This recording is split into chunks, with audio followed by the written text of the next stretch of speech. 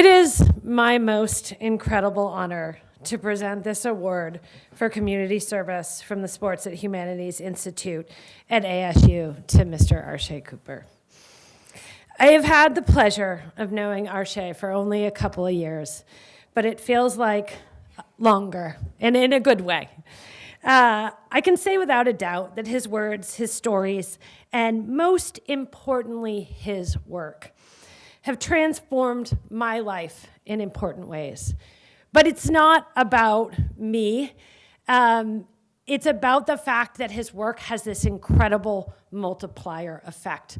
Because when you understand the lessons that he teaches and the work that he does and the ways that he seeks to leave the boathouse better than you found it, right? We know that work just keeps multiplying out and out and out.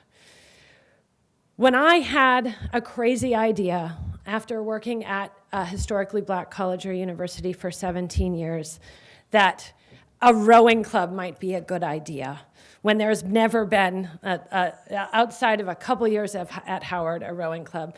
And I thought, well, I'm gonna call Arshay. Like, he's the person I need to talk to. And the way that he showed up and the way that he brought his network to bear on that program made it possible. And now we have the first co-ed HBCU rowing program in the country at Xavier University, which is just amazing. The impact he has had on those athletes at Xavier, I call them my kids. They're not kids and they're not mine, but they're my kids, has been just incredible. Arshay has lived a model of a life in service to others. His tireless advocacy to transform the sport of rowing to reflect the cities and the communities we live in has served as a beacon to countless programs, not just the one I mentioned, but so many others. He's a pillar of support for hundreds of young athletes, and you should see him kind of in that mode. It's amazing. And he's a model for the kind of change we should like to see in the world, both inside and outside of sport.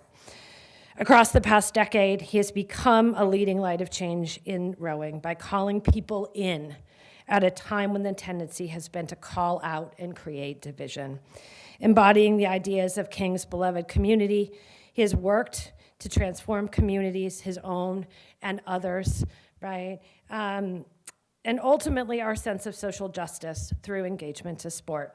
His question to himself, how do I allow this fire inside me to shine brighter than the fire that happens around me, has propelled a life committed to service and social justice. I could speak here for a very, very long time, but I trust that if you don't already know about all his many accomplishments, you should seek them out and learn more and get involved. I can promise you that there is both much to be inspired by and much to aspire to. From the bottom of my heart, and it is such an honor, thank you, Arshay. Oh, that's beautiful. Thank you. Oh, thank you. Thank you. It's huge. Jen, you got to figure out how to get this back. I'll take it. Thank you. And yours is going to stay up here. Awesome. And Kim, can you photo, please?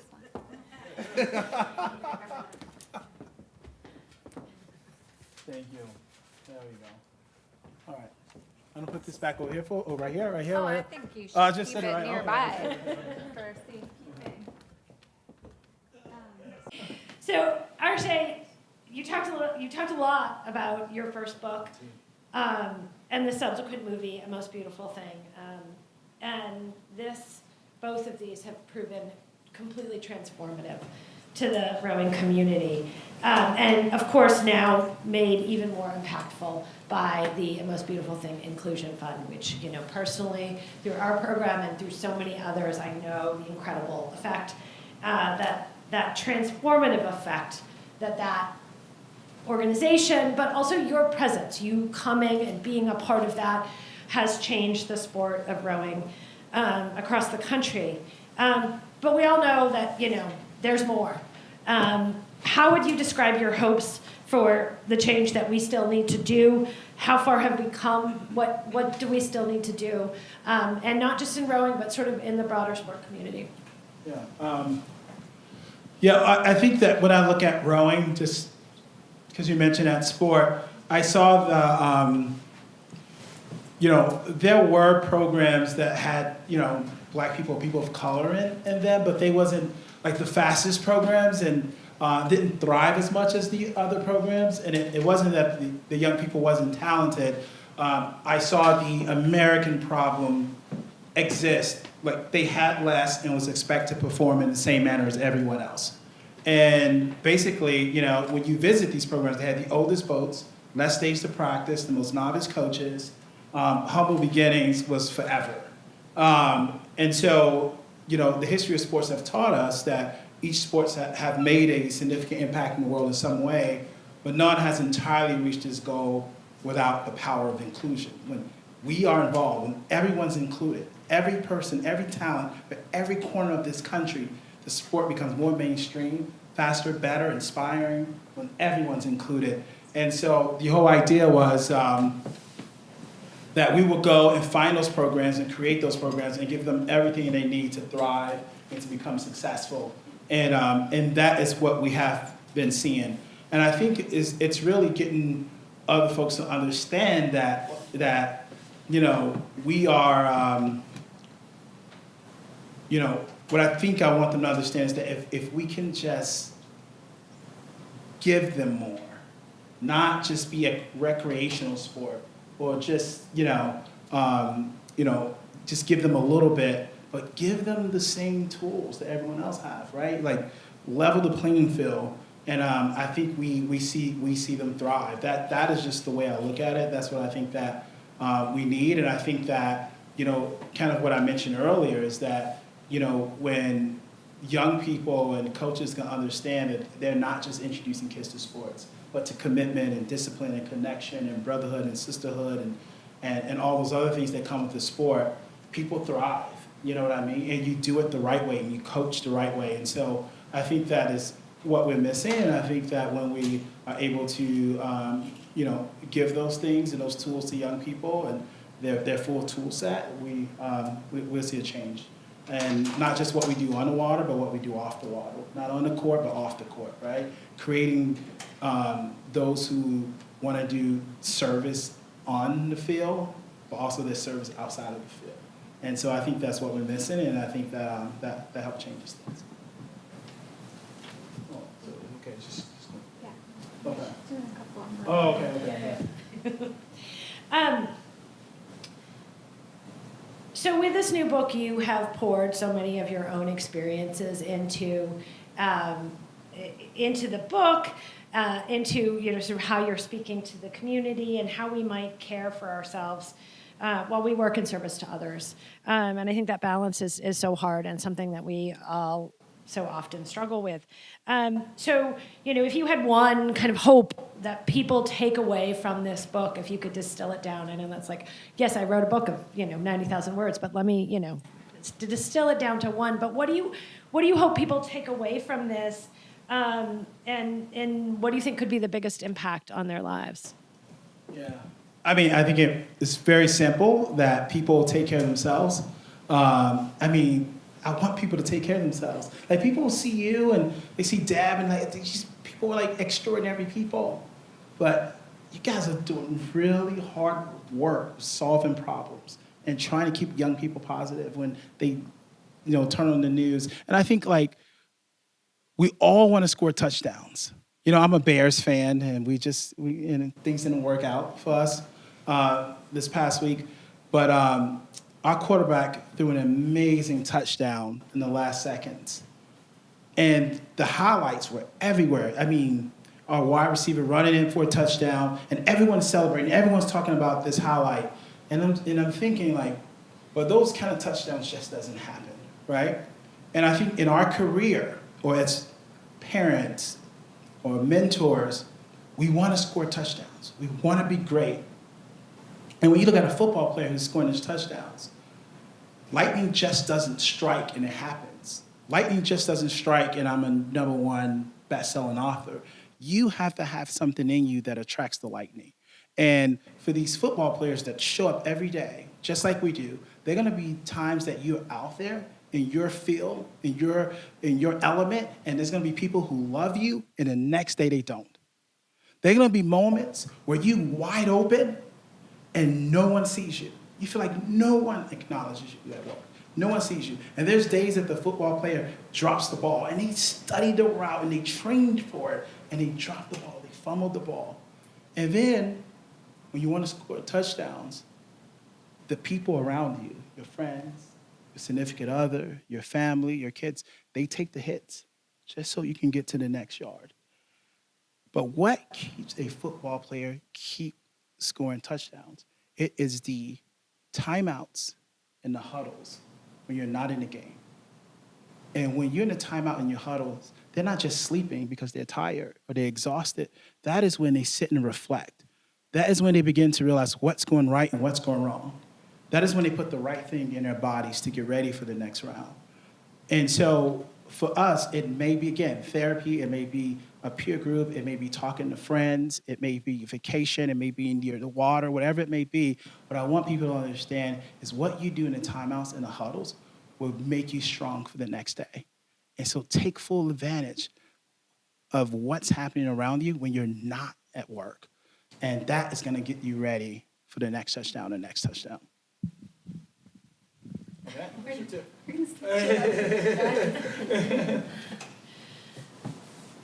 Arshay, I'm a distance runner, and I think a lot of folks, and this isn't in what I sent you, but I'm just rolling with it.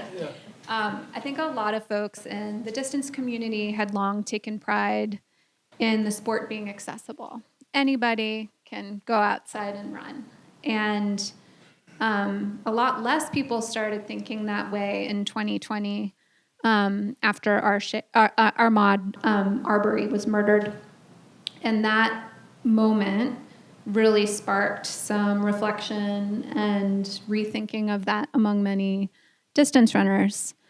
Another parallel I see with distance running and rowing is your notion of environmental wellness. And this kind of connects to the way runners thought about their sport and kind of felt good about themselves without doing much reflecting.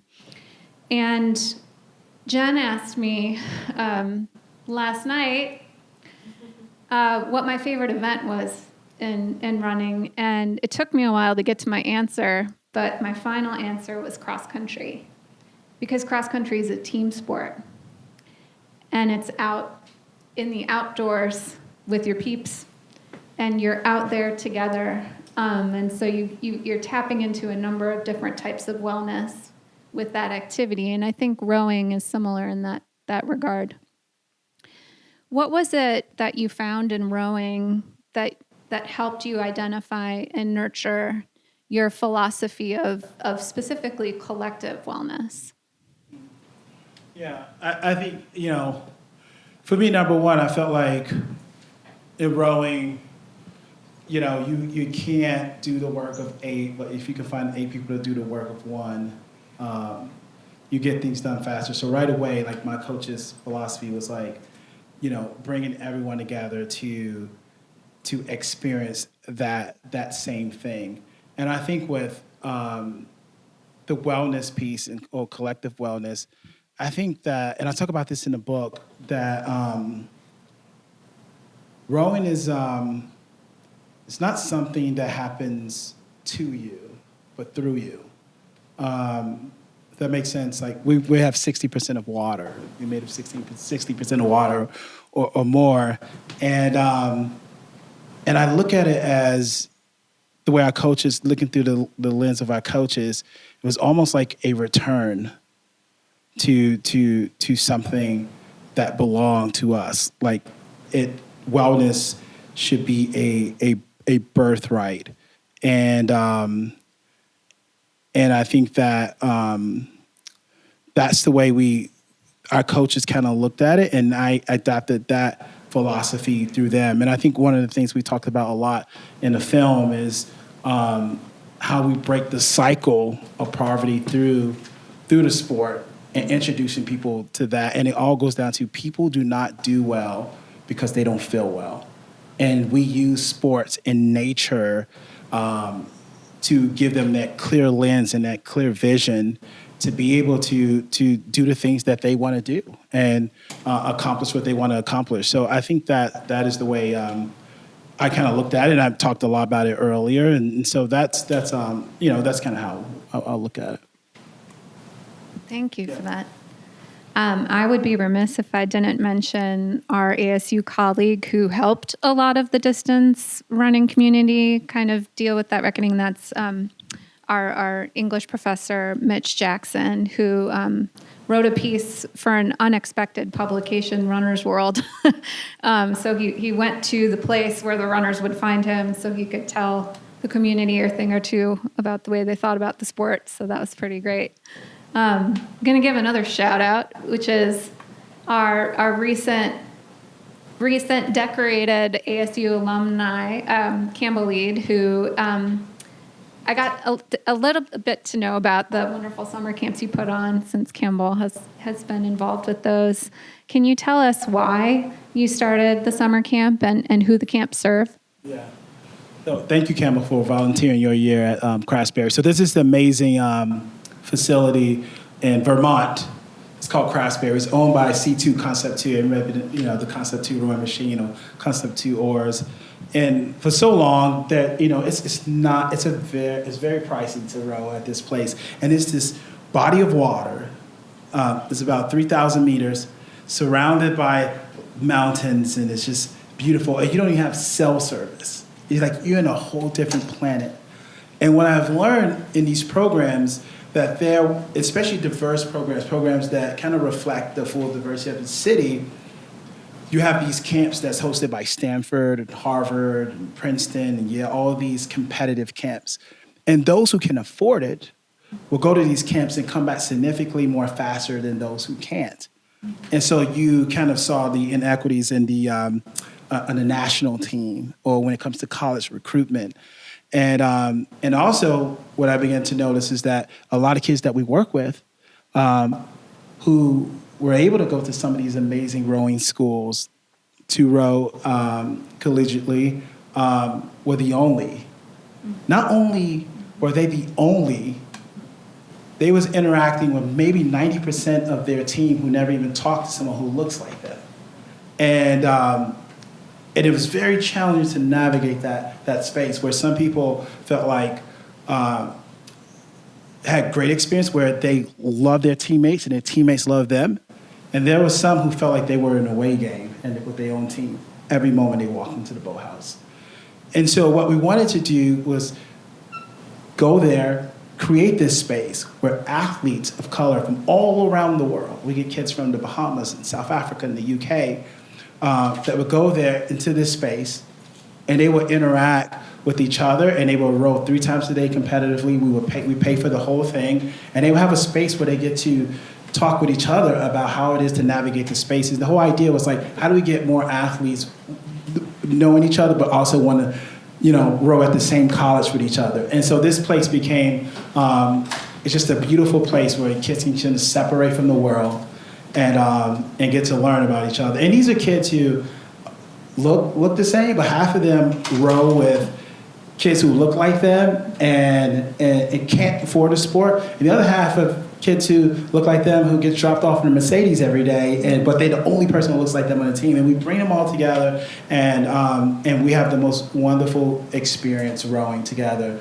And it's been awesome. And thank you, Campbell, for your service. Several of our Xavier athletes have been able to go to that camp, and it's really been an amazing experience for them, both, sort of in terms of rowing, but the community that you build there. And I think that is the biggest impact in the leadership skills, because it's not just a camp about rowing, but also about how they can be leaders in their own communities, and that continuing that multiplier effect. And in that vein, like you started AMBTIF and your focus was on high school and within the U.S. And that mission has grown, right? And that mission has grown to include, collegiate programs, and it's also become international, right? You've done work in the Bahamas and the work in South Africa that you've mentioned, but I'm wondering if you could tell us a little bit more about how you ended up in South Africa and what it is that you have done there with the programs that you've worked with. Deb, so when I was talking about like how stressed out I was, I got a tweet almost every week from this woman, Deb. She's like, "You got to come to South Africa. You got to come to South Africa." I was like, "Yeah, I'll go to South Africa. I go to South Africa," and she just starts sending these photos. I just want to be honest. You had a full team and there was 2 rowing machines. It was basically almost 1.5 rowing machines because, I think one was on top of books, and I've never seen it like anything like that before. And you told me the team, they had their first race and it didn't quite go well. And they were exactly where we were when our coaches first started our team. And I called up Concept 2. I was like, hey, we got to give some rowing machines. I called up Coach Kevin and we had a crew and we was like, we're going to go there and we're going to accelerate the program. And we went there and it was absolutely amazing. When I first got there, there's a big sign that says, "Welcome to the Mother City." And everyone, I've never been there, but everyone was saying, "Welcome home, welcome home." And they were singing at the airport. And we got there and these kids was just so amazing. And they were smiling and they were hungry. They had the eye of the tiger. And this is kind of funny though. You guys, I told you a little bit about my life in Chicago. It was pretty nuts. If you watch the documentary, it was very wild. It was a lot of problems. And I remember we showed the film.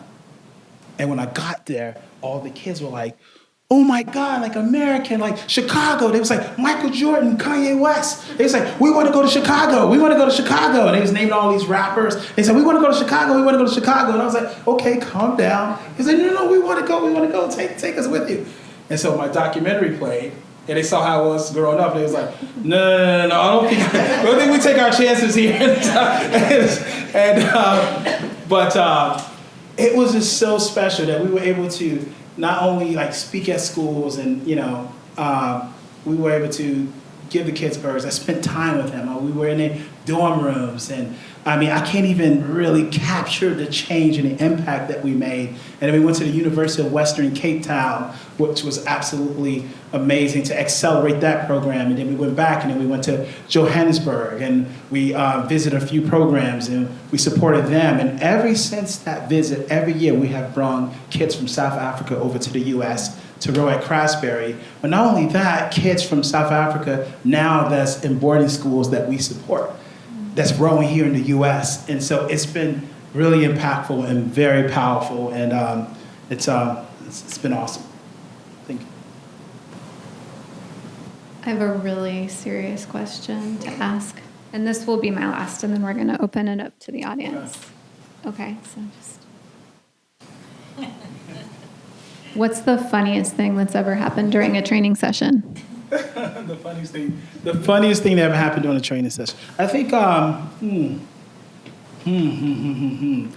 I would say that maybe during a race. Okay. Yeah. It was our first race. And I remember, we went out there and it was Malcolm. Malcolm was the guy on our team with a real, just had a big mouth. And he was just like, he was confident, but he was feeling himself a lot. And I remember it was 1997, we had our first race, and there was this reporter out there. And, and I was like, I felt like we was good, but I was like, I don't know, because these private school teams have the most prestigious things, and they've been rowing for years. And I'm standing there, and he said, it's like Jackie Robinson going to the baseball, it's like, Tiger Woods. And then I was just like, oh, guys, like, Muhammad Ali in boxing, we're going to dominate. I was like, okay.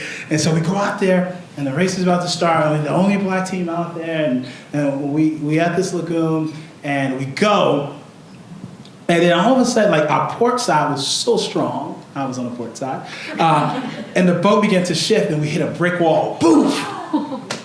And everyone's just watching. And I was like, oh my God. It was the most embarrassing thing ever. And then we took the oars and we got ourselves off and we hit the brick wall again. And it was just too strong. And we slowly made it back to the dock. It was very sad, and we got into the van, and Preston told Malcolm, I think it was more like Michael Jordan going to baseball.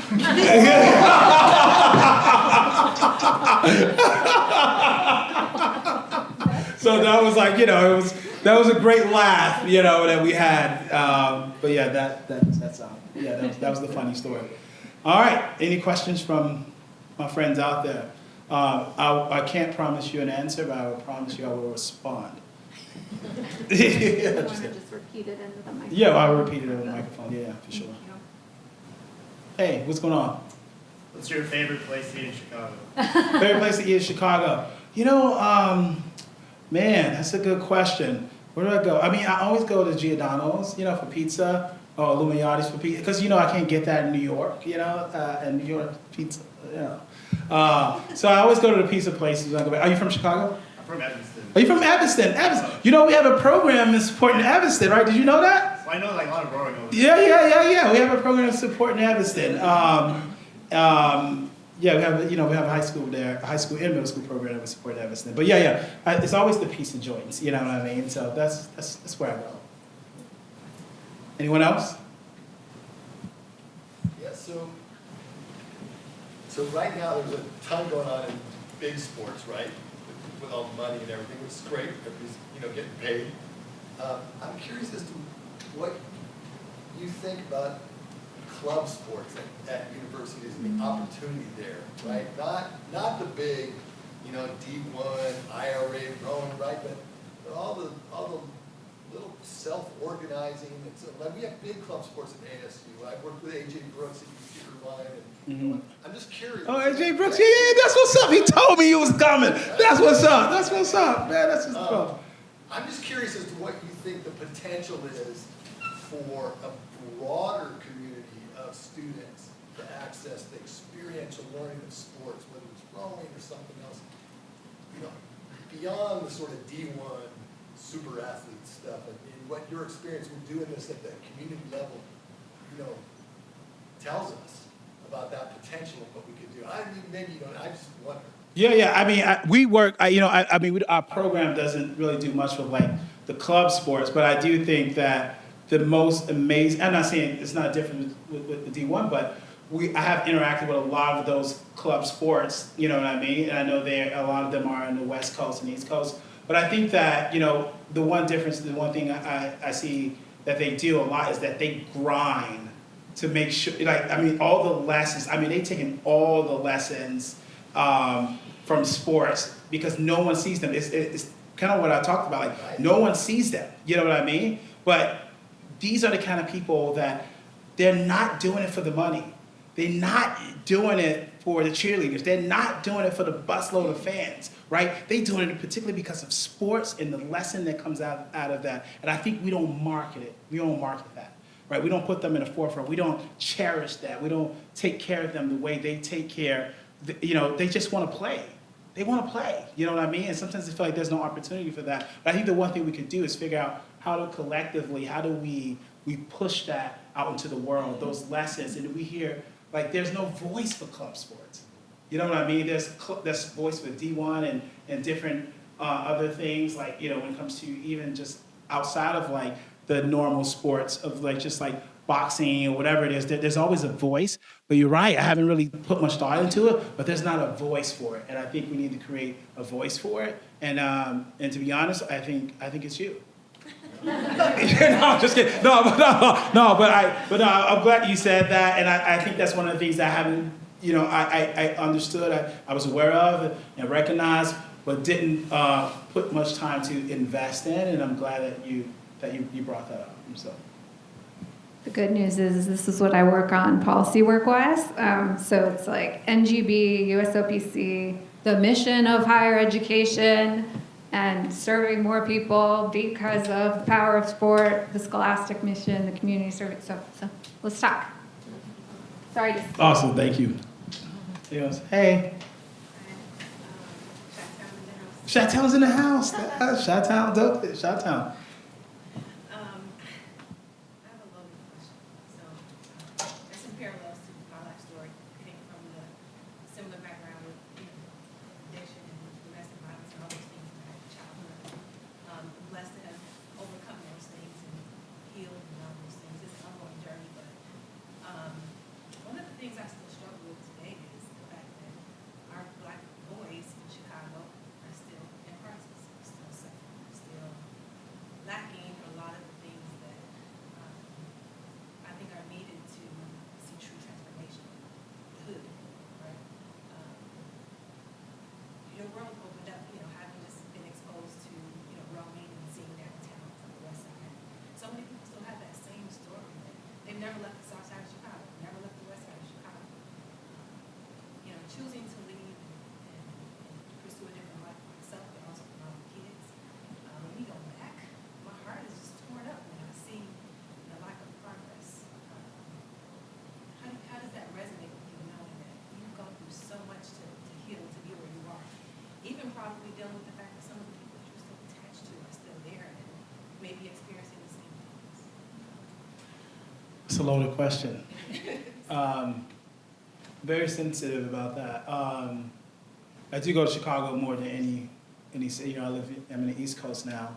And I go back home there, and I'm not there, but my work is there.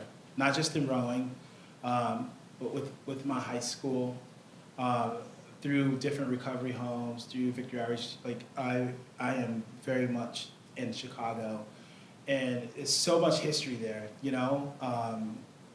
my grandmother, if you read my book, my grandmother, who I lost this summer, who I talked about a lot in this book, she moved from the South to Chicago because her best friend was hung on a tree.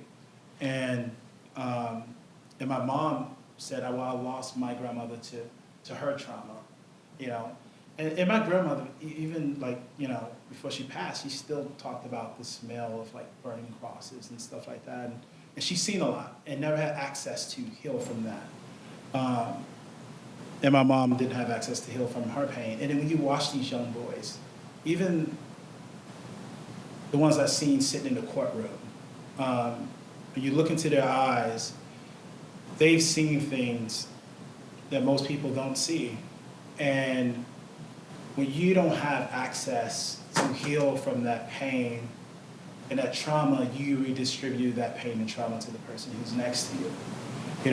Like, for example, when we see mass shootings at school, and when you read about it or when you watch the news, one of the things they say is that we're going to send a trauma specialist there. And it mostly happened in these suburban schools. And I was like, wow, we saw that every day, and there was no one coming to see us. No one was talking to us about the friends we have lost. And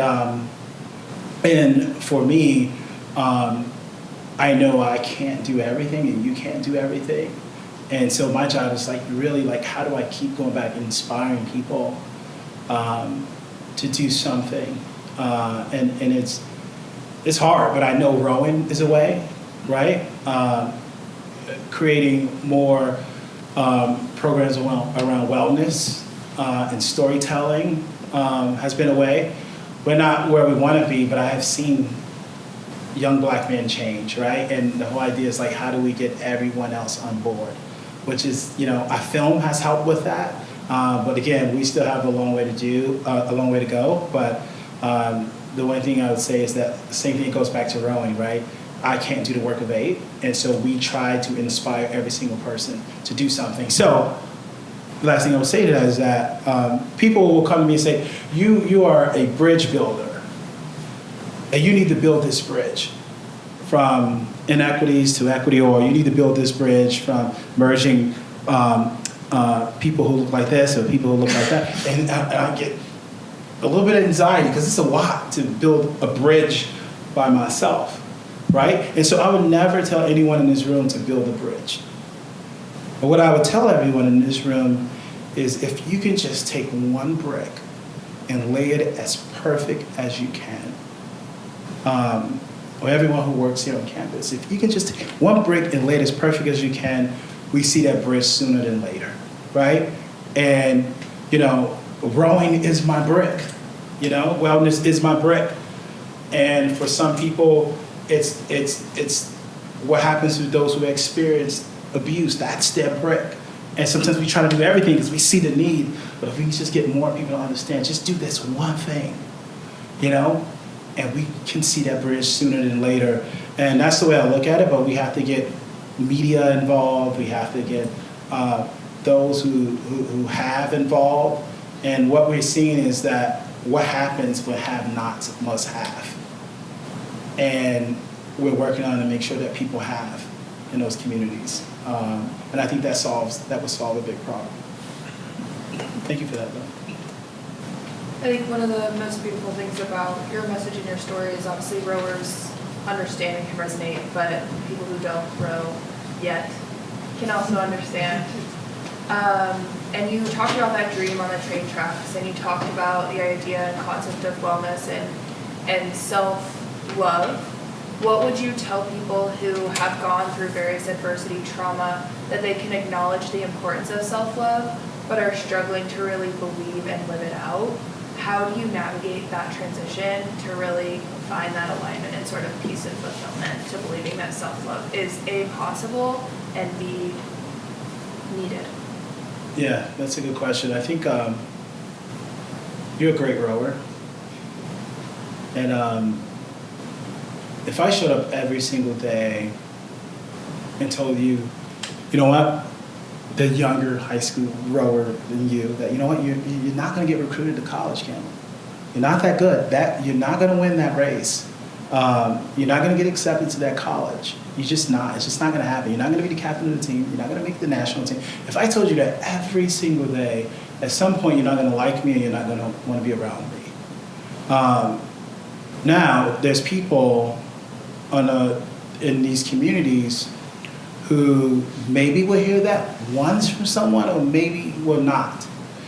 And what I've seen is that, especially with me, is that people are not telling us that every day, but we're telling ourselves that every day.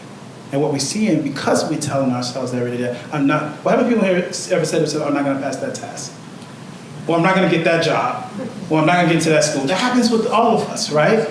And we say it so many times to ourselves, in the same way that if I told you that every day, we're like, I don't like this sport. I don't like this job. I don't want to be around me. And that is what I'm seeing every day. And the way I have approached that is by creating access and opportunities. I do believe that when you're around coaches and mentors, when you say, I don't believe, it's because of how they grew up and what they have seen. And sometimes I'm like, it's okay, but I'm going to believe for you until you believe. And when you are out there and every day the stroke is getting better and every day you're getting faster, they start to believe that reps kills doubt. And so I think the answer to that is always making sure that they show up. We give them more access and opportunities to do something. And then they begin to change that mentality. And so that's the way we have been approaching it, to the point where we show them their metrics and they're like, wow. And then hopefully that is contagious and they can pass that on to the next person.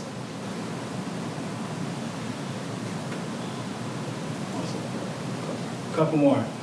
Hey, what's up, man? How you doing? What's up, Arshay? How you, brother? I'm good. Coming from the west side of Chicago and going to Manly, what do you think were your biggest inspirations as far as your peers and the people you were around that pushed you to stay into rowing? Yeah, I think the first thing to come to mind, I mean, it was like, I would say it was the dean, and like there was teachers, but there was so many people that they had to work with. But I think what helped me, the first thing that helped, I would say, was, to be honest, I talked about it in the first book, was Black TV shows, Black TV sitcoms like A Different World, Fresh Prince of Bel-Air. Like Fresh Prince of Bel-Air taught me, like, even without a father, dude, you can make it, right? Family Matters with Steve Urkel taught me that, like, you know, like how to love a girl, right? Different World taught me that you can get to that college and you can give back to the place that gave to you. And so, to be honest, my first mentors were like some of those books I would pick up and read, and those men and women on those Black sitcoms, like they were my mentors, right? And I kind of understood how to navigate certain things because of that. But second, I did have to take that step to like try to join something and do something. And I recognized that the teachers did everything they could. And so it was a little of everybody that sprinkled a little bit of love. It was the barber, right? He was cutting my hair like, dude, you can't be doing that. You know what I mean? I was getting a little bit, and they're everywhere around us. They're there, right? And I wish they had more tools to give us more, but they do give more. And I think the last thing I would say is that people say to me, where would you be without rowing? I think I'll be fine. I would have been fine. I think that I learned a lot of leadership and team qualities through rowing and got a lot of wellness through rowing. But when my mom went to recovery, I would go with her to her NAA meetings every single week. And I was fascinated by the storytelling of someone who once lived this way and it absolutely changed. Like, you know, I was fascinated by that. But what I got out of that was, everyone in our school would tell the stories of, I used to be a game banger and I changed, or I used to do this and I changed. And I said, well, I want to hear from the people who maybe live here and didn't do it. And I want to know how do you not do it? And what's the blueprint so I can teach those folks that, you know what I mean? And so that's kind of how we navigate the space. But it was a little bit of everything from everyone, and you know, everyone is doing their best with what they have on places like the West Side of Chicago. One more? Or two more? What did you do? We can afford one more. We can afford one more. Okay, afford one more. Hi. So you spoke a little bit about how you were kind of giving so much time and energy to everyone, but you forgot to include yourself in everyone. And, you know, it was tough dealing with that, and maybe it's in the book, I didn't read the book, but you kind of shared how, like, you know, we all know we need to give to ourselves, fill our own cup, things like that, but you alluded to how you had this moment in the doctor's office where you're like, all right, I need to get this surgery, I need to let other people help me, I need to take care of myself. And I'm just curious, like, after that, you know, are you well now? Like, did you find balance to continue to give to the people and create opportunities and take care of yourself? And I have to imagine it was more than just this moment in the doctor's office and it changed everything. But like I mean, it's probably a long story and a long journey, but like how were you able to do that? Or I mean, the 8 things of wellness, sure, but yeah, like maybe something related to that. Yeah, no, good question. I mean, number one, I'm still learning to include myself. I think the first thing I did was put it out there, so people can hold me accountable. Not only wrote it down so the world can see, you know, I'm like, dude, you know what I mean? Like, you just wrote about it. People are telling me that now, you know? I think putting it out there to those I love and those who know me, that this is what I'm struggling with, and being totally unshelling and being real and letting them know that, like, this is a struggle. I think I can do so much better if I can just deal with this. And so that was like the first thing I did. And I think when you read the book, the second thing is the things that I've been running from, I'm gonna try. What have I been running from? I was like, dude, I'm a person who inspires people. Why do I need a therapist? You know what I mean? Why do I need that? The one who inspires can't. You know, they don't absolutely need that. But I did. And the reason why I did that is, Katie, you were a coxswain? What coxswain? Everyone know what a coxswain is? Yeah, hey Bria. A coxswain is usually the smallest person in the boat, but the strongest inside.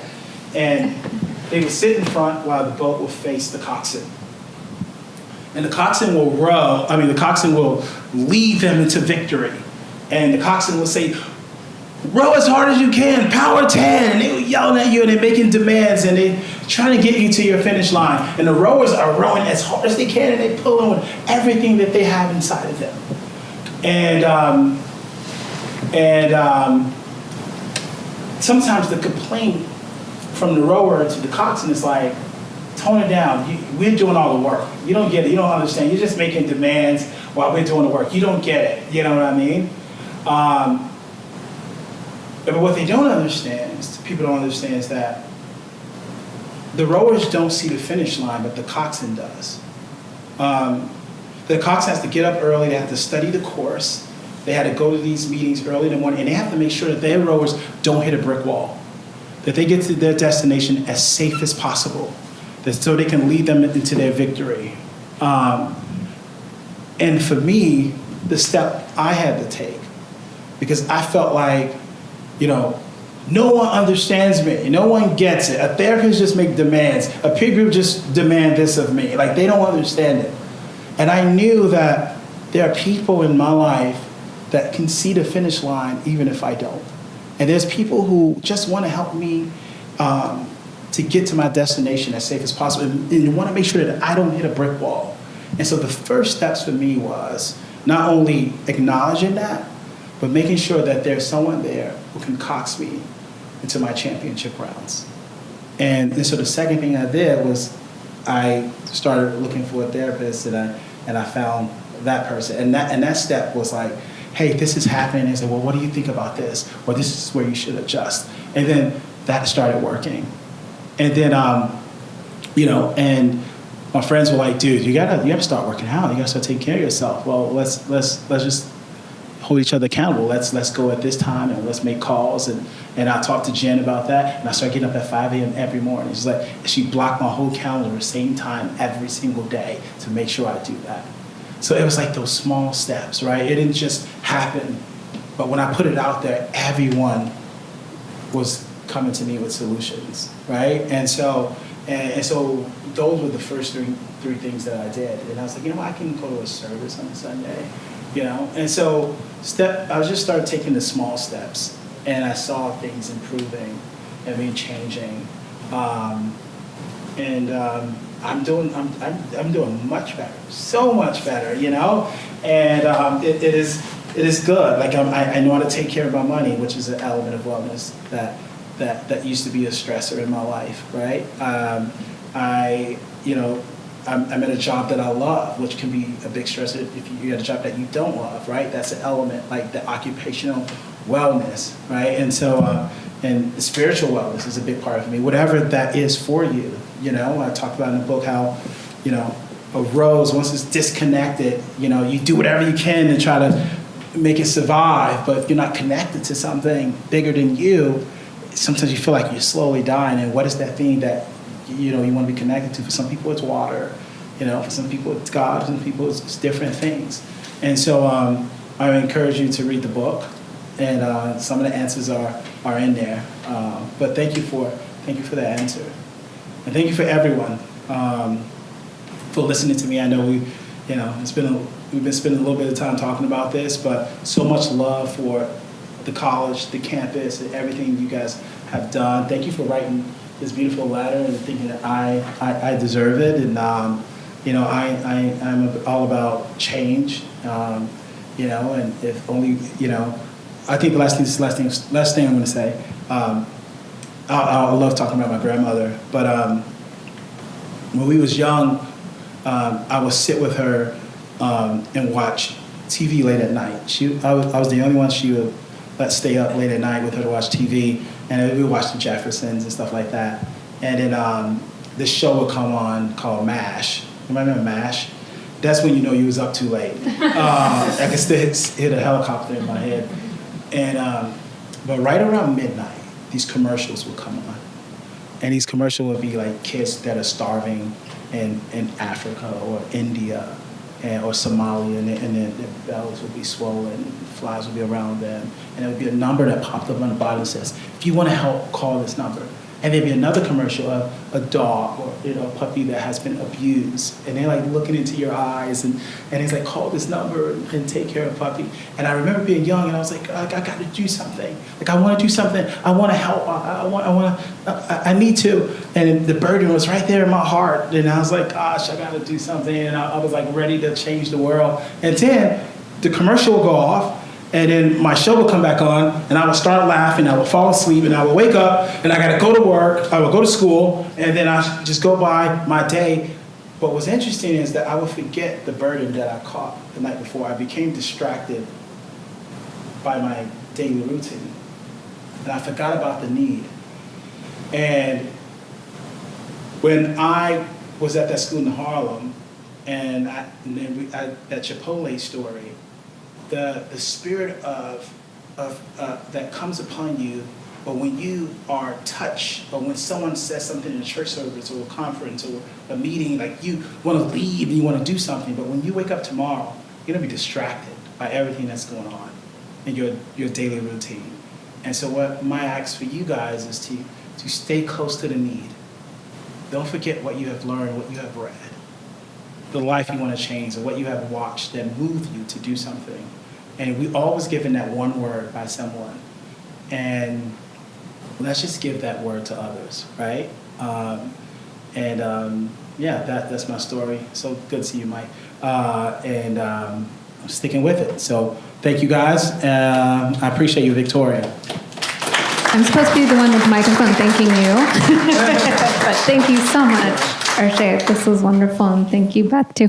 Thank you all. Food, drinks. What are we going to pick up on our way to the food and drinks? Women's basketball. Women's basketball schedules in the hallway. And what else are we going to pick up? Copy of the book. There we go. Yes. There we go. Thank you all so much. All right, thank you guys. Good job. See you guys in the reception.